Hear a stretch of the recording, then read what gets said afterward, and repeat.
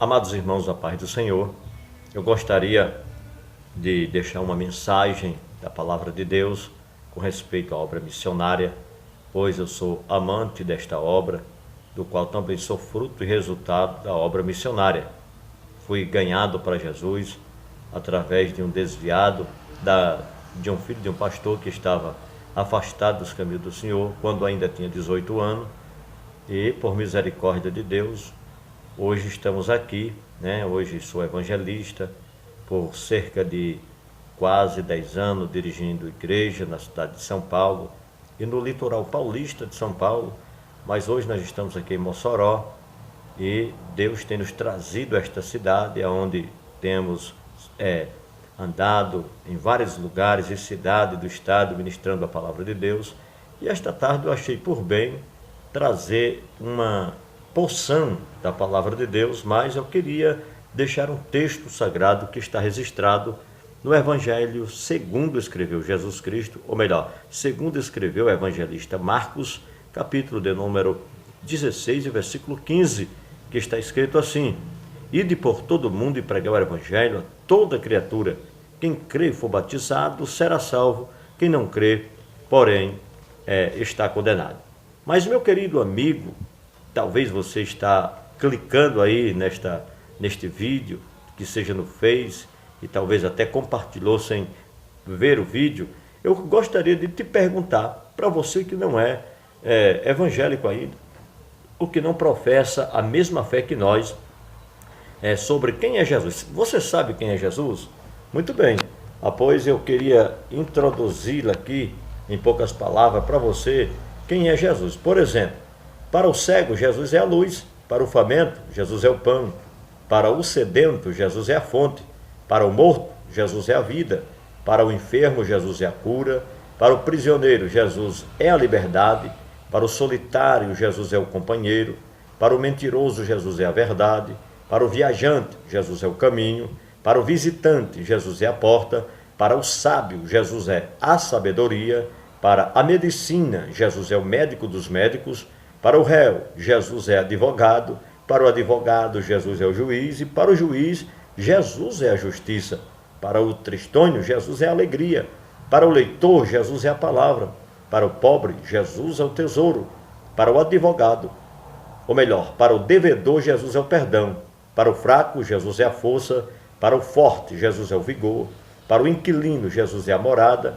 Para o fugitivo, Jesus é o esconderijo. Para a ovelha, Jesus é o bom pastor. E para o problemático, Jesus é a solução. Para os magos, Jesus é a estrela do Oriente.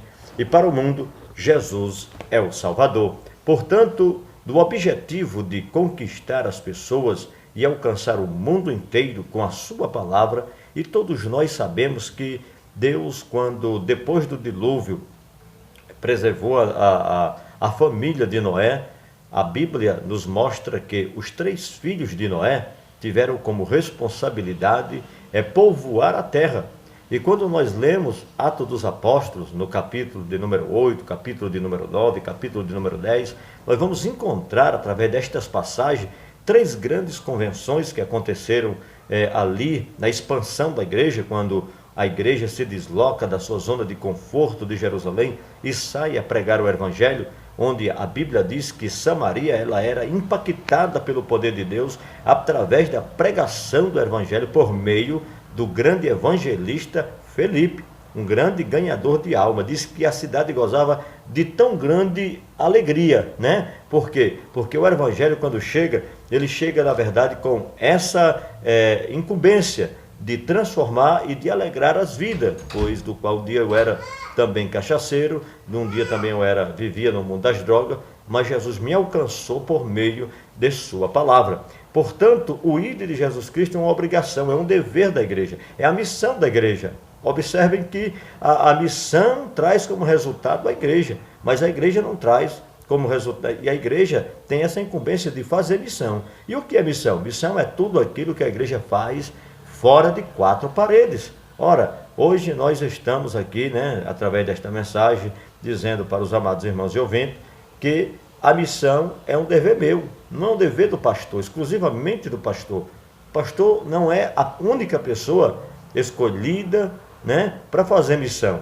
A missão é um dever da igreja. A igreja, como é que eu poderia dizer? A igreja engloba aqui um todo. Ou seja, todos nós somos responsáveis por fazer e para fazer missão. Então, fazer missão é ir indo e contribuindo, é se colocar a serviço de Deus, como instrumento vivo para salvar os pecadores. Então, missão não foi inventada por nenhum filósofo, nem por nenhum governador e por nenhum líder eclesiástico. Missão é coisa de Deus, e nós podemos ver isso através da Bíblia.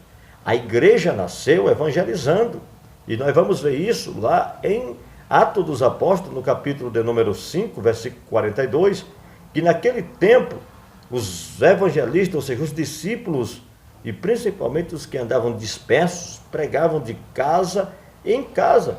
E o resultado desta evangelização em massa, o resultado da ministração destes discípulos, desses apóstolos, da igreja, que na verdade não era conhecido como uma denominação, mas era conhecido como o caminho do Senhor. Mais tarde passou a ser conhecida como os Nazarenos, e que só depois do século III é que, depois que a igreja foi estabelecida, que ela passou a ter um nome, Assembleia dos Santos, e etc, etc. Então nós vemos que na primeira pregação de Pedro, quase 5.000 almas foram ganhas para a glória do nome do Senhor. Então, nós vemos aqui a primeira grande convenção, depois do Pentecostes, quando Jesus batiza os crentes com o Espírito Santo, lá em Atos, no capítulo de número 1, versículo de número 8, quando o texto diz assim: mas recebereis a virtude do Espírito Santo, que há de vir sobre vós, e ser-me-eis testemunhas,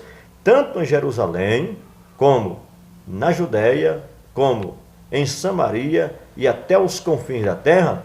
Jesus queria que aqueles homens fossem testemunhas poderosas em suas mãos. E eu até tenho uma mensagem e até tenho um estudo que eu falo muito bem a respeito da obra missionária e o batismo com o Espírito Santo, ou melhor, o Espírito Santo vinculado à obra missionária. A verdade é que Jesus nos batizou com o Espírito Santo com um propósito, batizou a igreja daquele tempo com um propósito, batizou com o propósito dos crentes serem revestidos de poder para que saísse de casa em casa, vila e vila, bairros e bairros, anunciando a sua palavra. E no poder do Espírito Santo, pessoas eram curadas, pessoas eram restauradas, pessoas eram alcançadas com o Evangelho, e o Senhor ia confirmando a palavra dos seus apóstolos. Observe que as mensagens que nós ouvimos nos dias atuais são mensagens enlatadas, de homens que muitas das vezes não têm nenhum compromisso com Deus, não têm nenhum compromisso com a igreja e não têm nenhum compromisso com as almas.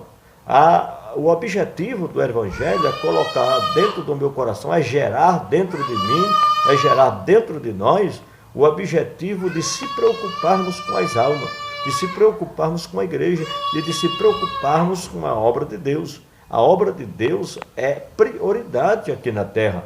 Mais tarde nós vamos ver que este Evangelho em massa, de casa em casa, a partir do capítulo de número 4 e 4 de Atos dos Apóstolos, o número foi crescendo para quase 5.000, porque a igreja saía das quatro paredes. A igreja não vivia dentro das quatro paredes, a igreja vivia ganhando alma, evangelizando, saindo de rua, como já disse, casa em casa, e era assim que Deus confirmava a ministração daqueles apóstolos. Então, a pregação de um homem cheio do Espírito Santo, nós encontramos em Atos 2 e 41, que o resultado foi quase 3.000 almas. Então, havia desejo ardente no coração destes para testificar a respeito de Jesus Cristo. Cadê o desejo ardente em nosso coração? Cadê este desejo ardente no coração daqueles que fazem parte da igreja? Cadê o desejo do coração daqueles que foram batizados com o Espírito Santo?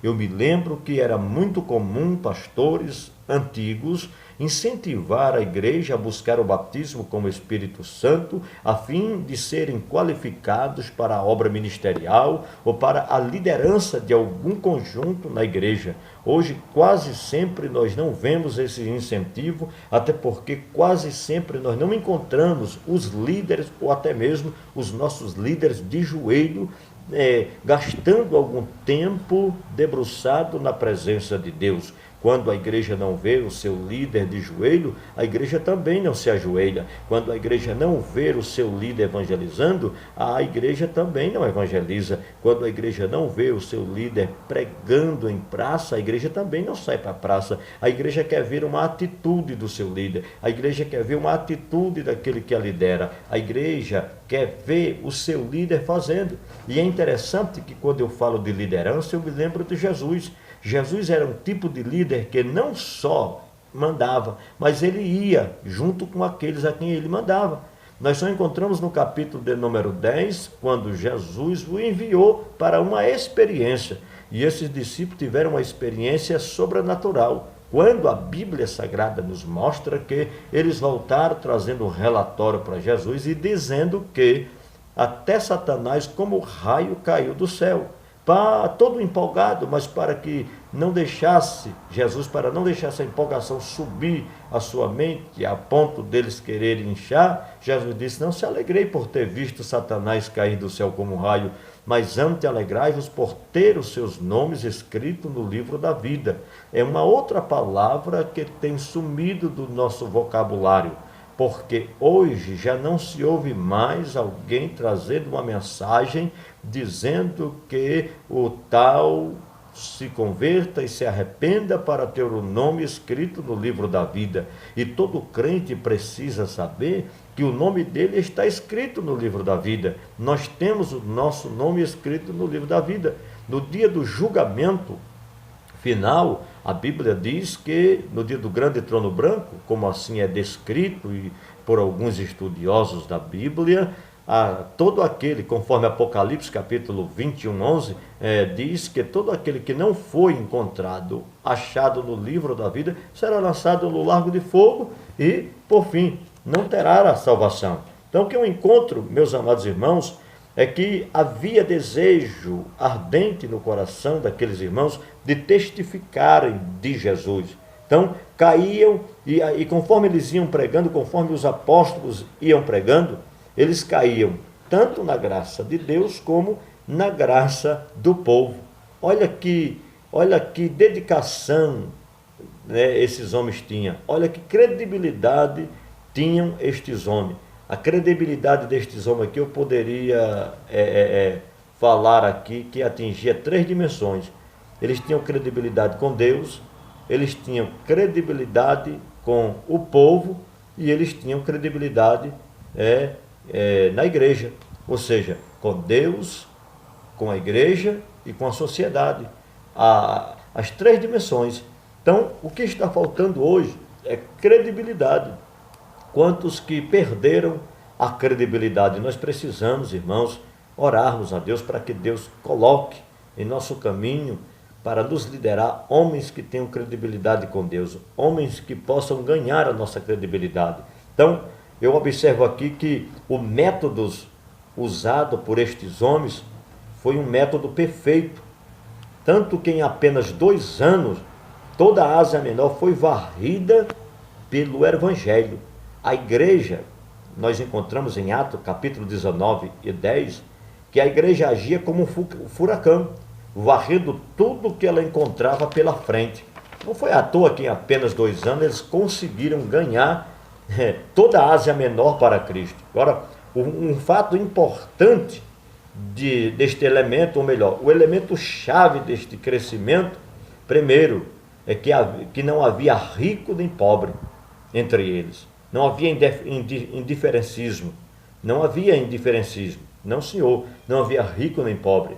Não andavam no luxo, mas eles também não andavam no lixo. Ou seja, eu estou dizendo que a igreja primitiva, elas não andavam no luxo, mas também não andavam no lixo. Nem no lixo. Mas eles tinham tudo em comum. Segundo, havia a presença de Deus na vida deles. Havia o temor de Deus na vida dele. Por quê? Porque não havia indiferencismo, orgulho. Nós estamos vivendo no meio de uma geração orgulhosa, cheia de indiferencismo, pessoas que não é aquilo que falam lá em cima, pessoas que não agem como dizem agir lá em cima. E as minhas palavras só têm resultado quando eu as cumpro, quando eu as pratico aquilo que eu falo. Então veja bem, Tiago nos exorta dizendo, não seja apenas ouvinte, mas praticante da palavra. Então, para eles tudo o que importava era obedecer a Deus. Então, jubilosamente, eles obedeciam a Deus.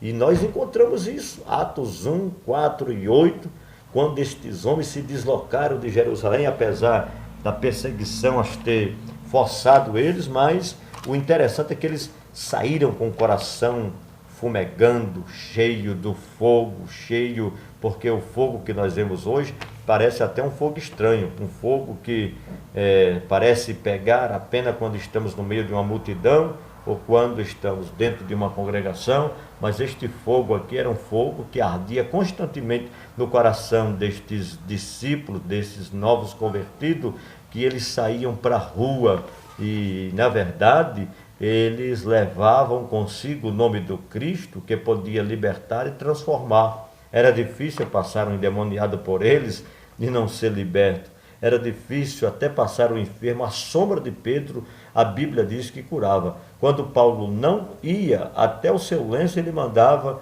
e curava os enfermos. É interessante ver estas passagens e nos alegrarmos, porque os cristãos primitivos, eles se uniam pela mesma causa, né? Obedecendo a Deus. E esta obediência é um princípio fundamental. Nós precisamos recobrar dos nossos irmãos e de nós mesmos a obediência, precisamos ser mais obedientes. Então, devíamos ser unidos em massa pela mesma causa, e que nós lutamos pela mesma causa, que é o Evangelho. Então, os líderes, eles representavam, né? Eles pensavam e agiam. Eles pensavam e agiam. Isso quer dizer que eles não só falavam, mas eles faziam aquilo que falavam. E isso trazia um resultado de crescimento para a igreja. Então, a mensagem, ela nunca esteve ao lado dos sistemas mundanos. Seu alvo eram os pecadores. O tema era o arrependimento. O conteúdo era Cristo. Cristo salva, cura, liberta, batiza com o Espírito Santo e leva para o céu. Então, o ponto de partida missionário da igreja, no programa de Deus, começou em Jerusalém, né? O ponto fundamental. Eu vou pular para outra parte e logo mais daremos sequência a essa série de estudo. Deus te abençoe. Se encontramos na segunda parte da mensagem. Amém. Até lá.